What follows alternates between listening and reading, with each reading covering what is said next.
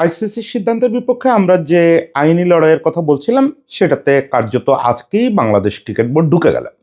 Bangladesh cricket board আইসিসিকে আরেকটা mail করছে। Officially তারা ডিসপুট রেজলিউশন কমিটির কাছে এই ম্যাটারটা পাঠাইতে বলছে।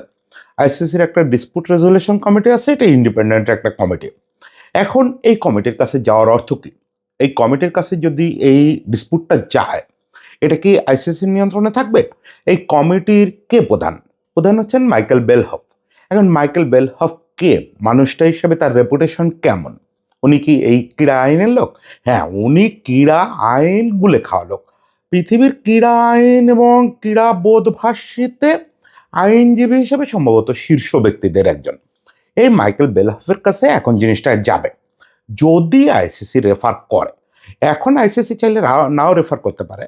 এটা আইসিসির বা বোর্ড বা আইসিসির যে এক্সিকিউটিভ কমিটি তারা ইচ্ছা করলে বলতে পারে যে না, এটা ওরকম ডিসপুটই না, এটা মাইকেল বেলহফের কাছে যাবে না।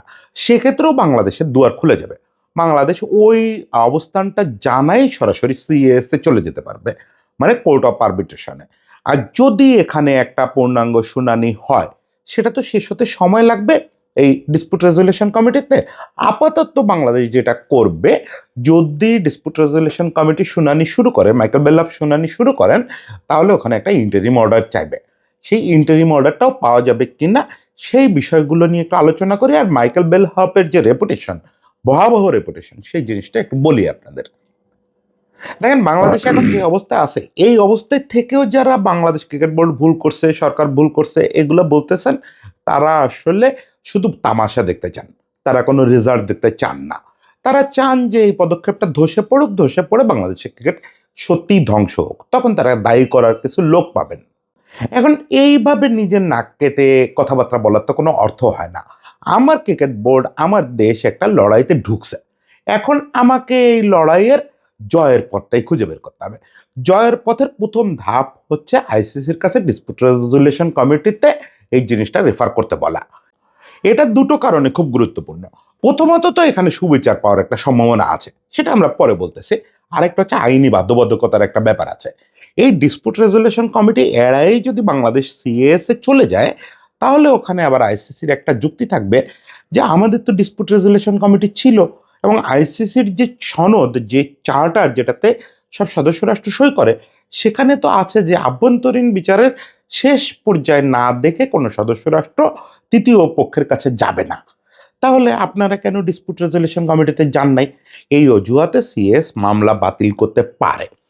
আর সিএস এর একজন সদস্যই হচ্ছেন মাইকেল বেলহফ। ফলে তিনি যখন ওই চেয়ারে বসে ওইটা দেখবেন, তিনি বলবেন যে কই না, এটা তো আমার কমিটিতে আসে নাই, আপনারা তো পূর্ণাঙ্গ নিয়ম না মেনেই সিএস এ চলে আসছেন। ফলে এটা আইনি বাধ্যবাধকতার জন্য আমাদের এখানে যাওয়াটা দরকার। এখন কথা হচ্ছে যে আইনি বাধ্যবাধকতা থাকলেই গিয়ে কোনো লাভ আছে কিনা। মানে এটা যদি এমন হয় যে আইসিসির বোর্ড মিটিংয়ে যেটা হলো, আপনারা দেখলেন যে একটা প্রেসক্রাইবড রায় আসলো, আপনারা দেখতেছেন আইসিসির প্রেস রিলিজের ভাষা, তাদের বাংলাদেশের সঙ্গে ব্যবহার, বাংলাদেশকে গুরুত্ব দেওয়ার ভঙ্গি, এগুলো প্রতিপক্ষের মতো। এই অবস্থায় আইসিসিরই একটা কমিটি বাংলাদেশকে সুবিচার দেবে এই আশা করা কঠিন। কিন্তু এই কমিটিটা ৮-১০টা কমিটির মতো না। এই কমিটির উপরে কার্যত আইসিসির কোনো নিয়ন্ত্রণ নাই। এই কমিটিটা করতেই হয়েছে ইন্টারন্যাশনাল আইন অনুযায়ী। এই কমিটির অনেক সদস্য আছেন, সব সদস্য এই বিচারে বসবেন না। প্রধান হচ্ছে মাইকেল বেলহফ, তিনি অবশ্যই থাকবেন। উনি খুবই বিখ্যাত ক্রীড়া আইনবিদ, খুবই বিখ্যাত। এমনিতে শুধু আইনজীবী হিসাবেই মাইকেল বেলহফ কেসি অনারেবল বলতে হয়, কারণ ওনার বাবা নিজেও খুব বিখ্যাত মানুষ ছিলেন। ফলে অনারেবল মাইকেল বেলহফ কেসি, উনি আইনজীবী হিসাবেই ইংল্যান্ডের টপ আইনজীবীদের একজন। বয়স ৮০-র উপরে হয়ে গেছে, এবং ওনার মূল স্পেশালাইজেশন হচ্ছে ক্রীড়া আইন ও ক্রীড়া মাদক আইন। এই দুটো ব্যাপারে ভয়াবহ দক্ষ মানুষ, দুনিয়া কাঁপানো সব জিনিসে অংশ নিয়েছেন। একটা তো আগেই বললাম যে উনি কিন্তু নিজেই সিএএস এর বিচারকদের একজন। মানে এই মামলাটা যে কোর্টে যাচ্ছে, এই কোর্টটা প্রায় সিএএস এর মতো পাওয়ারফুল। উনি সেই আদালতেও বসেন। আবার উনি হচ্ছেন বেশ কিছু স্পোর্টস অর্গানাইজেশনের এই এথিক্স কমিটি, তারপরে কোড অফ কন্ডাক্ট, এগুলো করে দিয়েছেন। আন্তর্জাতিক অলিম্পিক অ্যাসোসিয়েশনের যে কোড অফ কন্ডাক্ট এবং দুর্নীতি বিরোধী যে চার্টারটা, এটা কার্যত মাইকেল বেলহফ করে দেওয়া। তারপরে ইন্টারন্যাশনাল অ্যাথলেটিক্স ফেডারেশন, এই জায়গায় উনি একটা যুগান্তকারী কাজ করছিলেন। এই জায়গায় উনি একবার এথিক্স কমিটির চেয়ারম্যান হিসেবে দায়িত্ব পালন করছিলেন। সেটা হচ্ছে ওই অলিম্পিক অ্যাথলেটিক্স ফেডারেশনের, ইন্টারন্যাশনাল অ্যাথলেটিক্স ফেডারেশনের চেয়ারম্যানের ছেলের দুর্নীতি নিয়ে, এবং সেই ছেলের বিপক্ষে উনি রায় দিছিলেন। সেই রায় মানতে বাধ্য হয়েছিল।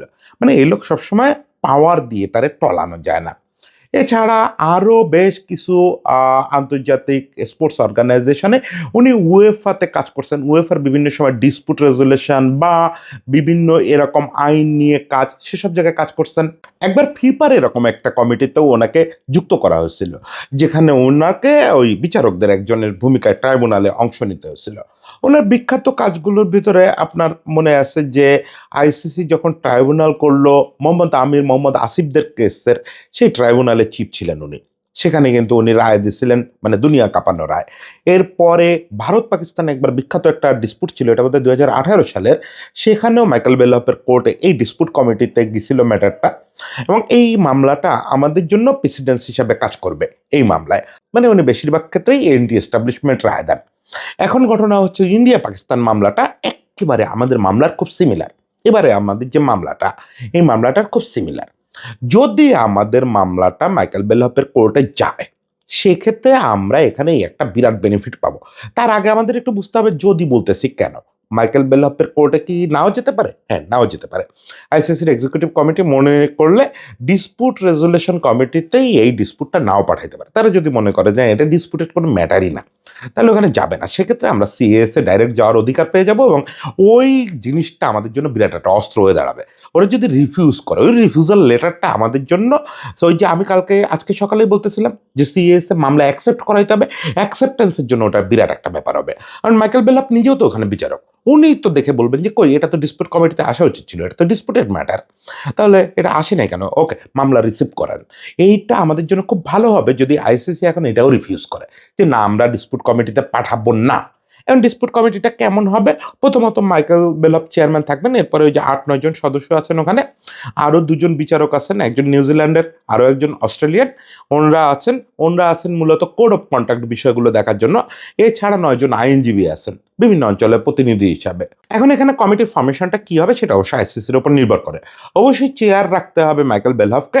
তারপর সেটা 1 সদস্যের কমিটিও করা যেতে পারে। যদি আর্জেন্ট ম্যাটার হয়, মাইকেল বেলহফ একাই শুনানি করে রায় দিয়ে দিতে পারেন, এই এখতিয়ার তারা আছে। এটা বড় কমিটি করা যেতে পারে। কোড অফ কন্ডাক্টের 2 জনকেই রাখা, সঙ্গে 2 জন আইনজীবী ওই যে প্যানেলে আছে তার থেকে 2 জনকে রাখা, মানে 5 সদস্যের কমিটি করা যেতে পারে। ওই 2 জন নির্বাচনের ক্ষেত্রে একটা সুবিধা আছে। 2 পার্টি, ডিসপুটেড যে 2 পার্টি, এখানে তো একটা পার্টি আইসিসি, একটা পার্টি আমরা 2 জন লয়ার চুজ করতে পারবো। ওই যে লয়াররা আছেন 9 জন প্যানেল লয়ার, এবং এরা খুব ইন্ডিপেন্ডেন্ট, এদের সঙ্গে আইসিসির কোনো সম্পর্ক নেই। আইসিসি থেকে এরা কেউ, এই পুরো কমিটির কেউ বেতন টেতন পায় না আইসিসি থেকে। ওই কেস চলাকালে কেসের খরচটা আইসিসিকে বহন করতে হয়, এবং অনেক সময় লুজার পার্টিকে ওই কোর্ট চাইলে হিসাবে দিয়ে দেবেন। এই কোর্টের যে খরচ হলো এই কদিনের খরচটা আপনি দিয়ে দেবেন। ফলে আইসিসির এখানে ইন্টারভেন করার কোনো সুযোগ নাই। সেক্ষেত্রে ওই যে 2 জন লয়ার 2 পক্ষ সিলেক্ট করার সুযোগ আছে। আইনে এই প্রভিশন আছে যে যদি 5 সদস্যের কমিটি হয় বা 3 সদস্যের কমিটি হয়, সেক্ষেত্রে যে বাকি যে 2 সদস্য, এই 2 সদস্যর একজন করে প্রতিপক্ষ ঠিক করে দিবে। আইসিসি একজনকে নিবে, আমরা একজনকে নিব। মানে এইভাবে 3 সদস্য তৈরি হবে, এবং 3 জনই আসলে নিউট্রাল গ্রাউন্ডে কাজ করবেন। এবার আসি এখানে আমাদের পক্ষে কি আছে। মাইকেল বেলহফ এমনিতে খুব কড়া বদমেজাজি এবং কি বলে, মানে খুব বুকিশ স্পোর্টস লয়ার, খুব বুকিশ। মানে উনি এই আবেগ, সীমান্ত, সমস্যা, অমুক তমুক এগুলো বুঝতে চান না। এগুলো নিয়ে ওনার কোনো মাথা ব্যথা নাই। ইনফ্যাক্ট স্পোর্টস আইন তাই হওয়া উচিত যে এগুলো কোনো মাথা ব্যথার বিষয় না, আমি দেখব সিকিউরিটি থ্রেট আছে কিনা। এবং এই জায়গাটা কিন্তু পাকিস্তান একবার ওনার কোর্টে গিয়ে ইন্ডিয়ার বিপক্ষে ঠিক একই ধরনের একটা মামলা করে হারছে। 2018 সালে যখন ইন্ডিয়া পাকিস্তানে যেতে অস্বীকৃতি জানালো, তখন পাকিস্তান কিন্তু মাইকেল বেলহফের কোর্টে গেছিল। মাইকেল বেলহফের কোর্টে গিয়ে বলছিল যে ইন্ডিয়া তো আমার এখানে আসতে অস্বীকৃতি জানাইছে নিরাপত্তার কথা বলে, কিন্তু এটা তো আসলে রাজনৈতিক ব্যাপার স্যাপার। উনি বেশ কিছু শুনানির পরে উনি রায় দিয়েছিলেন যে রাজনৈতিক ব্যাপার আমি দেখব না, যে 2 দেশের রাজনৈতিক কোনো ব্যাপার আছে কিনা। তবে ইন্ডিয়া যেহেতু এখানে নিরাপত্তার হুমকি মনে করতেছে, এবং নিরাপত্তার হুমকিটা তারা প্রুভ করতে পারছে, অতএব ইন্ডিয়ার এখানে না যাওয়া কোনো ক্ষতিপূরণ দিতে হবে না। এখন এই মামলাটা 2018 সালের এই মামলাটা এবং মাইকেল বেলফ যে রায়টা দিয়েছিলেন, এটা আমাদের জন্য বিরাট একটা প্রেসিডেন্স হবে। ওই যে গোড়া থেকে যে কথাটা বলে যাচ্ছি, সেই জন্য যথেষ্ট প্রস্তুতি নিয়ে যেতে হবে। দেখেন, মাইকেল বেলফ সম্পর্কে যতটুকু জানি, সেই আমল থেকে মাইকেল বেলফ এরকম একজন মানুষ কম প্রস্তুতির মামলা নিবেনই না। মানে ওনার কাছে যদি আইসিসি রেফারও করে, যদি উনি দেখেন যে যথেষ্ট এভিডেন্স, যথেষ্ট ভালোভাবে জিনিসটা প্রেজেন্ট করা হচ্ছে না, উনি প্রথম সেশনেই কিন্তু খারিজ করে দেবেন, বলবেন যে এটা ডিসপুটেড ম্যাটার না, এটা রায় হয়ে গেছে। আর যদি আপনি প্রপারলি ওই ভিডিওটা, মুস্তাফিজের সঙ্গে কি কি হয়েছে, তারপরে আপনি কমিউনিকেশন করছেন, ভালো অ্যান্সার পান নাই, এই টাইপের জিনিসপত্র সব, এবং প্রপার নিরাপত্তা ল্যাঙ্গুয়েজে এবং প্রপার আইনি ভাষায় জিনিসটা মাইকেল বেলফের কাছে যদি আপনি প্রেজেন্ট করতে পারেন, আমি মোটামুটি 80% নিশ্চিত যে এখানে আমরা সুবিচার পেয়ে যাব। এখানে আমরা অ্যাটলিস্ট একটা ইন্টারিম অর্ডার পাবো। ওই যে যেটা বললাম, বিসিবিকে যখনই এটা মাইকেল বেলফের কাছে যাবে, তখনই আদালতে প্রথম দিনেই দাবি করতে হবে, আবেদন করতে হবে যে আমরা ইন্টারিম অর্ডার চাই। কারণ এই রায় যদি বিশ্বকাপ শেষে আসে, তাহলে তো আমার কোনো লাভ নাই। হ্যাঁ, বড় জোর কি হবে, আমার ক্ষতিপূরণগুলো দিয়ে দিবে আইসিসি, কিন্তু আমি তো বিশ্বকাপ খেলতে চাই। আমাকে ছাড়া বিশ্বকাপ হোক, এটা আমি চাই না। আমি বিশ্বকাপের মাঠে থাকতে চাই। সেটা করতে গেলে ইন্টারিম অর্ডার লাগবে আমাদের। বা যদি মাইকেল বেলফ মনে করেন, তার এরকম নজির আছে বিভিন্ন স্পোর্টসে, তিনি একদিনের মধ্যে শুনানি শেষ করে রায় দিয়ে দিচ্ছেন যে ওকে, এটার রায় হচ্ছে এই, তা যদি হয় খুবই ভালো, নতুবা আমাদের ইন্টারিম অর্ডার লাগবে। এখন মাইকেল বেলফের এই কোর্টে যদি আমরা হেরে যাই, দেখেন মাইকেল বেলফের এই কোর্টে হেরে যাওয়ার সবচেয়ে বেশি কারণ হবে আমাদের অপ্রস্তুতি। আমি যদি দেখি, প্রথমত আইসিসি যদি মাইকেল বেলফের কোর্টে এটা পাঠায়, দ্বিতীয়ত যদি এখানে আমরা হেরে যাই, আমি মনে করি না যে আমাদের তাতে দাবি অন্যায্য হয়ে গেল। আমি পার্সোনালি এটা মনে করব না। আর সারা দেশের মানুষ বলতে পারে যে বাংলাদেশের দাবি কোনো দাবিই ছিল না। ইন্ডিয়ানরা তো সবসময় বলতেছে, ফলে ওইটা কথা না। দেশের মানুষও বলতে পারে, কিন্তু আমি মনে করব দাবি যথার্থ ছিল, প্রস্তুতি ছিল না। কোর্ট কিন্তু আপনার আবেগের কথা শুনবে না। কোর্টে আপনার ডকুমেন্টেশন, প্রস্তুতি, এই ব্যাপারগুলো খুব জরুরি। এভিডেন্স, এই ব্যাপারগুলো খুব জরুরি। সেই প্রস্তুতি না নিয়ে মাইকেল বেলফের কোর্টে যায়েন না ভাই। একবার মাইকেল বেলফের কোর্টে রায় যদি আইসিসির পক্ষে যায়, পরে আর সিএসএ গিয়ে খুব একটা সুবিধা করা যাবে না। কারণ কি, আইসিসি ডিসপুট রেজুলেশন কমিটির যিনি চেয়ার, তিনি আবার হচ্ছে সিএস এর বিচারকদের একজন। এটা একটা ধাক্কা দিবে সিএস এ। আপনি যখন মামলার জন্য আবেদন করবেন, তখন সিএস ইটসেলফ দেখবে যে এটা তো অলরেডি একবার হারে আসছে আমাদেরই একজন বিচারকের কাছে। ফলে ওখানে খুব শক্ত আর্গুমেন্ট করতে না পারলে, আপনি যে ফার্মকে নিয়োগ করবেন তারা যদি খুব ভয়ানক আর্গুমেন্ট করতে না পারে, তাহলে সিএস মামলা নেবে না। সিএস মামলা শুরুতেই খারিজ করে দিবে। আর যদি সিএস এ মামলা যায়ও, তাহলে মাইকেল বেলফের রায়টাই ওখানে দৃষ্টান্ত হিসাবে ইউজ করবে সিএস।